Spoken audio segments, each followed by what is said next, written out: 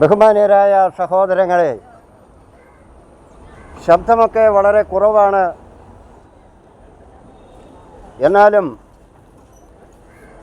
അല്പസമയം നിങ്ങളുടെ മുൻപിൽ സമാധാനത്തിൻ്റെയും സന്തോഷത്തിൻ്റെയും സ്നേഹത്തിൻ്റെയും നാമമായ യേശുക്രിസ്തുവിനെ നിങ്ങളുടെ മുൻപിൽ നിന്നുകൊണ്ട് അല്പസമയം സംസാരിക്കുകയാണ്. വിശുദ്ധ ബൈബിൾ പഠിക്കുമ്പോൾ നമുക്ക് കാണുവാൻ കഴിയുന്നത്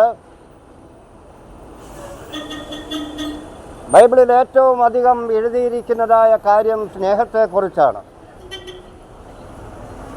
കാരണം യേശു ഈ ലോകത്തോട് പറഞ്ഞത് നിങ്ങൾ പരസ്പരം സ്നേഹിക്കണം എന്നാണ്.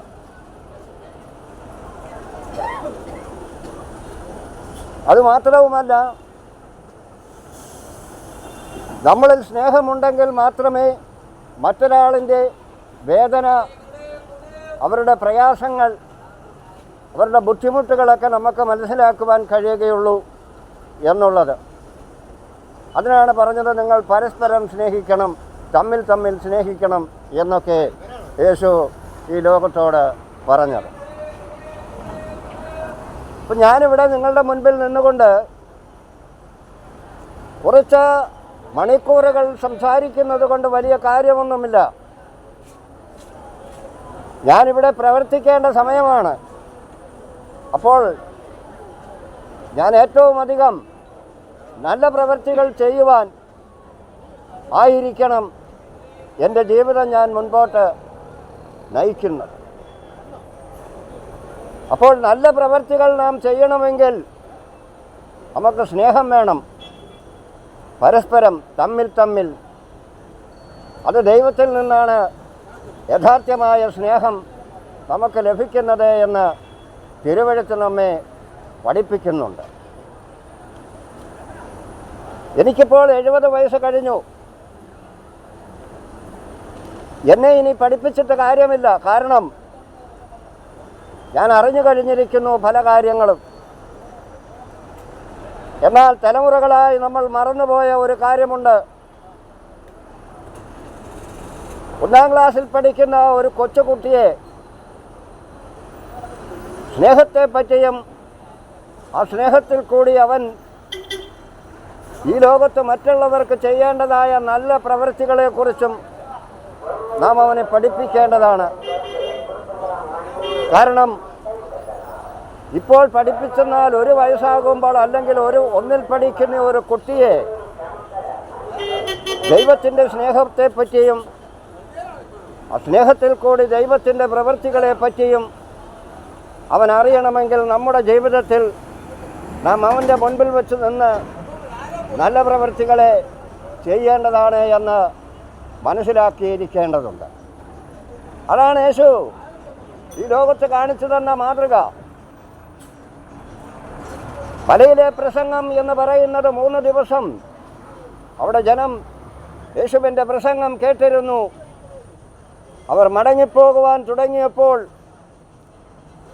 ശിഷ്യന്മാർ യേശുവിനോട് പറഞ്ഞത്, അവർ പോകുമ്പോൾ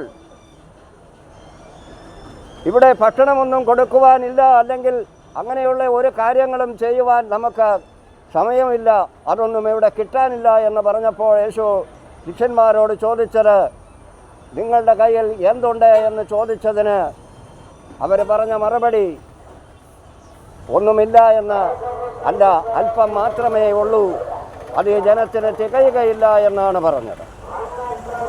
എന്നാൽ അവിടെ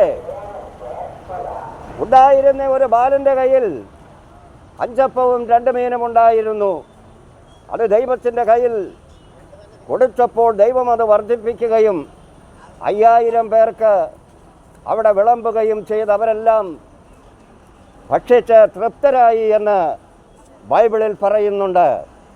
വാസ്തവമായും പ്രിയമുള്ളവരെ, അവിടെ വിളമ്പിയത് നിഷ്കളങ്കമായ സ്നേഹം. അതാണ് യേശു സംസാരിച്ചിരുന്നതും. അതാണ് അവർ ആ അല്പം ആഹാരം മാത്രമല്ല അവരുടെ മുൻപിലേക്ക് കൊണ്ടുവന്നത് അവർക്ക് തൃപ്തി വരുമ്പോഴും കൊടുക്കുവാൻ കഴിഞ്ഞത്. നമ്മുടെ ഹൃദയത്തിൽ ദൈവികമായ സ്നേഹമുണ്ടെങ്കിൽ നമുക്ക് മറ്റൊരാളെ തൃപ്തിയാക്കുവാൻ കഴിയും. അതാണ് ദൈവം ആഗ്രഹിക്കുന്നതും അതാണ് ഓരോ മനുഷ്യനും ജീവിക്കേണ്ടതും അതിനുവേണ്ടി ആയിരിക്കണമെന്ന് ഇവിടെ യേശു കാണിക്കുകയാണ്. സ്നേഹത്തെപ്പറ്റി പുതിയ നിയമത്തിൽ മാത്രമല്ല പഴയ നിയമത്തിലും ധാരാളം എഴുതിയിട്ടുണ്ട്. ഇവിടെ പറയുകയാണ്, 1 തെസ്സലോനിക്കർക്ക് എഴുതിയ ലേഖനം 1-ാം അധ്യായം അതിൻ്റെ 3-ാം വാക്യം പറയുന്നത്, സ്നേഹപ്രയത്നവും നമ്മുടെ കർത്താവായ യേശുക്രിസ്തുവിനെ കുറിച്ചുള്ള പ്രത്യാശയുടെ സ്ഥിരതയും ഇടപെടാതെ നമ്മുടെ ദൈവവും പിതാവുമായവൻ്റെ സന്നിധിയിൽ ഓർത്തു എന്നാണ്. അപ്പോൾ നാം ഇവിടെ എപ്പോഴും ഓർക്കേണ്ട കാര്യം, നാം ചിന്തിക്കേണ്ട കാര്യം, നാം ഓരോ ചുവടും മുൻപോട്ട് വയ്ക്കേണ്ടത് സ്നേഹത്തിലായിരിക്കണം. നമ്മെപ്പോലെ മറ്റൊരാളെ ആപത്തിലോ അല്ലെങ്കിൽ അവൻ്റെ പ്രയാസങ്ങളിലോ അവനെ സഹായിക്കുവാനുള്ള ഒരു നല്ല മനോഭാവം നമ്മളിൽ ഉണ്ടായിരിക്കണമെന്ന് ഇവിടെ ദൈവം കർത്താവ് കാണിച്ചു തരികയാണ്. അതാണിവിടെ പറഞ്ഞിരിക്കുന്നത്. ഗലാത്യർക്കെഴുതിയ ലേഖനം 5-ാം അധ്യായം അതിൻ്റെ 5-6 വാക്യങ്ങൾ പറയുന്നത്, വിശ്വാസത്താൽ നീതി ലഭിക്കും എന്നുള്ള പ്രത്യാശ നിവർത്തിയെ ആത്മാവിൽ കാത്തിരിക്കുന്നു. ക്രിസ്തു യേശുവിൽ പരിച്ഛേദനയല്ല, അഗ്രചർമ്മവുമല്ല, സ്നേഹത്താൽ വ്യാപരിക്കുന്ന വിശ്വാസമത്രേ കാര്യം. സ്നേഹത്താൽ വ്യാപരിക്കുന്ന വിശ്വാസമുണ്ടെങ്കിൽ മാത്രമേ ഒരു മനുഷ്യന് ദൈവത്തിൻ്റെ സന്നിധിയിൽ നീതിമാനായി നിൽക്കുവാൻ കഴിയുകയുള്ളൂ. അല്ലാതെ ഒരു വ്യക്തിക്കും ദൈവത്തിൻ്റെ മുൻപിൽ നീതിമാനായി നിൽക്കുവാനോ അവൻ നീതിമാനോ ആകുവാൻ സാധ്യമല്ല. ആർക്കും സ്വയം നീതിമാനാകുവാൻ കഴിയുകയുമില്ല എന്നുള്ള യാഥാർത്ഥ്യം നാം അറിഞ്ഞിരിക്കേണ്ടതുണ്ട്. അതാണ് സ്നേഹം ഇവിടെ പിന്നെയും നമുക്ക് പഠിക്കുവാനും മനസ്സിലാക്കുവാനുമുണ്ട്. യേശുവിൻ്റെ കയ്യിലും കാലിലും മരത്തോട് ചേർത്ത് അണിയടിച്ചപ്പോൾ അവരെ ശപിക്കുകയോ അല്ലെങ്കിൽ അവരോട് പ്രതികാരം ചെയ്യുകയോ അല്ല ചെയ്തത്. യേശു പറഞ്ഞത്, പിതാവേ, ഇവർ ചെയ്യുന്നത് ഇന്നതേ എന്നറിയായികയാൽ ഇവരോട് ക്ഷമിക്കണമേ എന്നായിരുന്നു. അതാണ് സ്നേഹം. കാരണം അവിടെ പലതും പ്രവർത്തിക്കാൻ കഴിയുമായിരുന്നു. പീലാത്തോസിൻ്റെ മുൻപിൽ യേശുവിനെ കുറ്റം വിധിച്ചപ്പോൾ പീലാത്തോസിനോട് യേശു പറഞ്ഞത്, ഞാനിപ്പോൾ തന്നെ എൻ്റെ പിതാവിനോട് അപേക്ഷിച്ചെന്നാൽ 12 ലക്ഷ്യോനിലധികം സൈന്യം, സ്വർഗീയ സൈന്യം എനിക്ക് വേണ്ടി പോരാടുവാൻ ഈ ലോകത്തേക്ക് ഇറങ്ങി വരുമെന്ന് പറഞ്ഞു. 12 ലക്ഷ്യോൻ എന്ന് പറയുമ്പോൾ ഏതാണ്ട് 72,000 ദൈവദൂതന്മാർ, ആയുധമേന്തിയവർ യേശുവിനെ സംരക്ഷിക്കുവാൻ ഇറങ്ങി വരും. എന്നാൽ യേശു അവിടെ കാണിച്ചത് മനുഷ്യവർഗത്തിൻ്റെ പാപപരിഹാരത്തിന് വേണ്ടിയാണ് താൻ ക്രൂശിക്കപ്പെടുന്നത്, അല്ലെങ്കിൽ അതിനായിട്ടാണ് തന്നെ ഇവിടെ നിയമത്തിൻ്റെ മുൻപിൽ കൊണ്ടുവന്ന് നിർത്തിയിരിക്കുന്നത്. അത് നിരസിക്കുവാൻ കഴിയുകയില്ല. അതിനെ ശിരസ വഹിച്ചുകൊണ്ട് ആ ശിക്ഷ നമുക്ക് വേണ്ടി ഏൽക്കുകയായിരുന്നു എന്നുള്ള യാഥാർത്ഥ്യം നാം തിരിച്ചറിയേണ്ടതുണ്ട്. മറ്റാർക്കും കഴിഞ്ഞിട്ടില്ല നമ്മുടെ ആത്മാവിൻ്റെ രക്ഷയ്ക്ക് വേണ്ടി എന്തെങ്കിലും ചെയ്യുവാൻ. നമ്മുടെ ആത്മാവിൻ്റെ രക്ഷയ്ക്ക് വേണ്ടി ദൈവത്തിൻ്റെ സഹായമില്ലാതെ നമുക്കൊന്നും ചെയ്യുവാൻ കഴിയുകയില്ല. അതിനാണ് യേശു പറഞ്ഞത്, നിങ്ങൾ മാനസാന്തരപ്പെട്ട് സുവിശേഷത്തിൽ വിശ്വസിക്കുവിൻ എന്നുള്ള ആ യാഥാർത്ഥ്യം. കാരണം ദൈവം നമ്മുടെ ഹൃദയത്തിൽ ജീവിച്ചിരിക്കുമ്പോൾ മാത്രമാണ് നമുക്ക് സൽപ്രവൃത്തികൾ ചെയ്യുവാൻ കഴിയുന്നതും മറ്റുള്ളവരെ സ്നേഹിക്കുവാൻ കഴിയുന്നതും. അതാണ് നല്ല ശമരിയാക്കാരൻ്റെ കഥ. പ്രിയമുള്ളവരെ, നല്ല ശമരിയാക്കാരൻ്റെ കഥ, ഒരു മനുഷ്യൻ കള്ളന്മാരാൽ പിടിക്കപ്പെട്ട് അവൻ്റെ ധനമെല്ലാം അവർ കവർന്നെടുക്കുകയും അതിക്രൂരമായി അവനെ ശാരീരിക പീഡനമേൽപ്പിക്കുകയും അവൻ മരണത്തോട് മല്ലടിച്ചുകൊണ്ട് വഴിയരികിൽ കിടക്കുമ്പോൾ ആദ്യം അതിലെ കടന്നുപോയത് 2 പുരോഹിതന്മാരായിരുന്നു. ആ 2 പുരോഹിതന്മാരും ആ മനുഷ്യനെ തിരിഞ്ഞു നോക്കാതെ, സഹജീവിയെ കണ്ടിട്ട് അവർ ശ്രദ്ധിക്കാതെ അവർ ആലയത്തിലേക്ക് ദൈവത്തിൻ്റെ ശുശ്രൂഷ ചെയ്യുവാനാണെന്നും പറഞ്ഞ് കടന്നുപോയി. നമുക്ക് മനസ്സിലാക്കുവാൻ കഴിയും, ദൈവത്തിൻ്റെ ശുശ്രൂഷകൻ ഇവിടെ സ്വന്തം സഹജീവി മരണത്തോട് മല്ലടിച്ചവൻ്റെ മുൻപിൽ കിടക്കുമ്പോൾ അവനെ ഉപേക്ഷിച്ചിട്ട് ദൈവത്തിൻ്റെ സന്നിധിയിൽ പോയി എന്ത് നീതിപ്രവൃത്തിയാണ് ചെയ്യുവാനുള്ളത്? ഏത് യാഗമാണ് അർപ്പിക്കുന്നത്? അവരർപ്പിക്കുന്ന യാഗം ദൈവത്തിന് പ്രസാദമാകുമോ പ്രിയമുള്ളവരെ? ഇതാണ് യേശു പഠിപ്പിച്ചത്.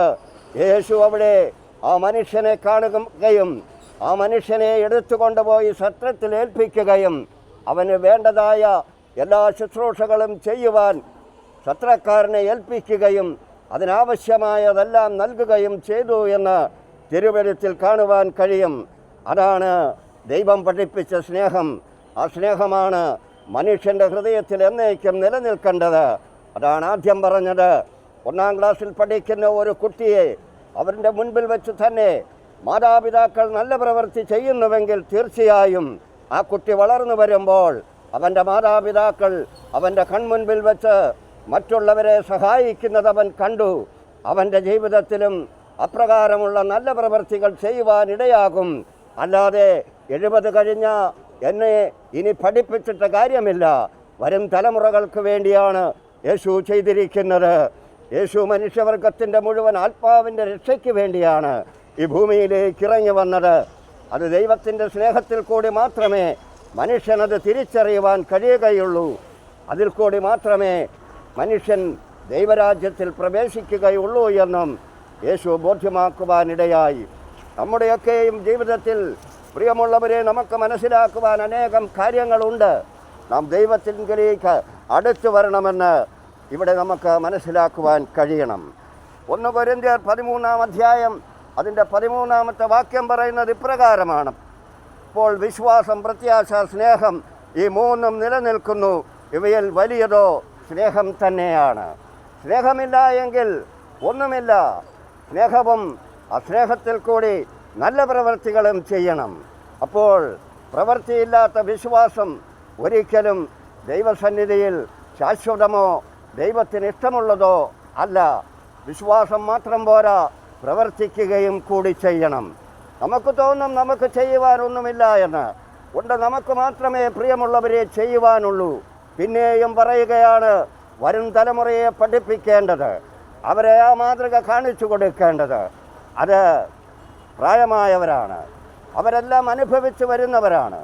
എന്നാൽ ഇനിയും ഈ ലോകത്ത് ജീവിക്കേണ്ടവർക്കാണ് ദൈവത്തിൻ്റെ സ്നേഹം എന്താണെന്ന് ബോധ്യപ്പെടുത്തി അവരുടെ കൺമുൻപിൽ വെച്ച് തന്നെ കാണിച്ചു കൊടുക്കേണ്ടത്. അതാണ് ദൈവം ആഗ്രഹിക്കുന്നതും. അപ്രകാരമായിരിക്കട്ടെ നിങ്ങളുടെ ഓരോരുത്തരുടെയും ജീവിതം. കർത്താവായ യേശുക്രിസ്തുവിൽ വിശ്വസിക്കുന്ന ഓരോ മനുഷ്യനും രക്ഷിക്കപ്പെടുമെന്നും അവൻ്റെ ആത്മാവ് നിത്യതയിൽ ദൈവത്തോട് കൂടെ ആയിരിക്കുമെന്നും യേശുവിൻ്റെ 2ാമത്തെ വരവിൽ വനമേഘങ്ങളിൽ കാഹളം ധ്വനിക്കുമ്പോൾ യേശുക്രിസ്തുവിൽ വിശ്വസിച്ച് മരിച്ചവരും യേശുക്രിസ്തുവിൽ വിശ്വസിച്ച് ജീവിച്ചിരിക്കുന്നവരും സ്വർഗത്തിലേക്ക് കരയേറി പോകുവാൻ യേശുവിനോട് കൂടെ എത്തും എന്ന് തിരുവെഴുത്ത് പറയുകയാണ്. ഈ ഭൂമിയിലെ നമ്മുടെ ജീവിതം അല്പസമയത്തേക്ക് മാത്രമാണ് പ്രിയമുള്ളവർ. എന്നാൽ വരുവാനിരിക്കുന്നതോ അത് അവസാനമില്ലാത്തതാണ്. ഈ ഭൂമിയിൽ നമ്മുടെ ഈ ജഡം നഷ്ടപ്പെട്ടു പോകുമ്പോൾ നമ്മുടെ ആത്മാവോ അതിന് നാശമില്ല. അത് ദൈവസന്നിധിയിൽ ദൈവത്തോടു കൂടെ അവസാനമില്ലാത്ത കാലത്തോളം ആയിരിക്കും. അത് ദൈവത്തോടു കൂടെ വസിക്കണമെങ്കിൽ നമ്മുടെ ഈ ലോകത്തെ അല്പകാലം നാം ഈ ലോകത്തിൻ്റെ സുഖങ്ങളെ അനുഭവിച്ചുകൊണ്ട് ദൈവത്തെ മറന്ന് ജീവിക്കരുതേ എന്ന് അപേക്ഷിക്കുകയും പ്രാർത്ഥിക്കുകയും ചെയ്തുകൊണ്ട് യേശുവിനെ രക്ഷകനും കർത്താവുമായി സ്വീകരിക്കണമേ എന്ന് ഞാനിവിടെ അപേക്ഷിക്കുകയാണ്. 1 പത്രോസ് 1-ാം അധ്യായം 21-22 വാക്യങ്ങളിൽ പറയുന്നത്, നിങ്ങളുടെ വിശ്വാസവും പ്രത്യാശയും ദൈവത്തിൽ വച്ചുകൊള്ളേണ്ട നിത്യദൈവം അവനെ മരിച്ചവരുടെ ഇടയിൽ നിന്ന് എഴുന്നേൽപ്പിച്ച് അവന് തേജസ് കൊടുത്തുമിരിക്കുന്നു. എന്നാൽ സത്യം അനുസരിക്കായികയാൽ നിങ്ങളുടെ ആത്മാക്കളെ നിർവ്യാജമായ സഹോദര പ്രീതിക്കായി നിർമ്മലീകരിച്ചിരിക്കൊണ്ട് ഹൃദയപൂർവം ഉണർന്ന് സ്നേഹിപ്പീൻ എന്ന് ഇവിടെ ബൈബിൾ പറയുകയാണ്. അപ്പോൾ ഹൃദയത്തിൽ നിന്ന് ആ ഒഴുകി വരുന്നതായ ദൈവികമായ സ്നേഹം അത് പ്രവൃത്തിയായി മാറട്ടെ. മറ്റുള്ളവരെ ആശ്വസിപ്പിക്കുവാനും സമാധാനിപ്പിക്കുവാനും അവരുടെ കൂടെ അവരുടെ കണ്ണുനീരൊപ്പി എടുക്കുവാനും ഉള്ളവരായി മാറട്ടെ എന്ന് എല്ലാവരെയും കർത്താവ് ധാരാളമായി അനുഗ്രഹിക്കട്ടെ എന്ന് പ്രാർത്ഥിച്ചുകൊണ്ടും ഞാൻ എൻ്റെ വാക്കുകൾ ഇപ്പോഴിവിടെ അവസാനിപ്പിക്കുന്നു. ദൈവമായ കർത്താവോ നിങ്ങളെ ഓരോരുത്തരെയും ധാരാളമായി അനുഗ്രഹിക്കട്ടെ. യേശു ക്രിസ്തു വരാറായി എന്ന തിരുവചനം വിളിച്ചു പറയുന്നു.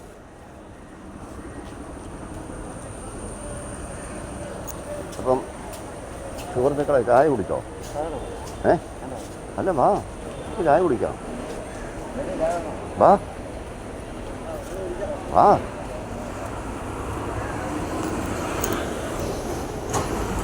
നിങ്ങൾ തന്നെ ഒരു അന്യനായിട്ട് കാണുമോന്നും വേണ്ട. അങ്ങനെ ഞങ്ങളെ ഇതുവരെ അതല്ല പറഞ്ഞേ. എനിക്ക് നിങ്ങളെപ്പോലെയുള്ളവർ സ്നേഹിച്ചില്ലെങ്കിൽ പിന്നെ ഞാൻ ആരെ സ്നേഹിക്കാനാ? എന്നെ ആരാ സ്നേഹിക്കുന്നത്? ഇത്രയേ ഉള്ളൂ. അല്ലാതെ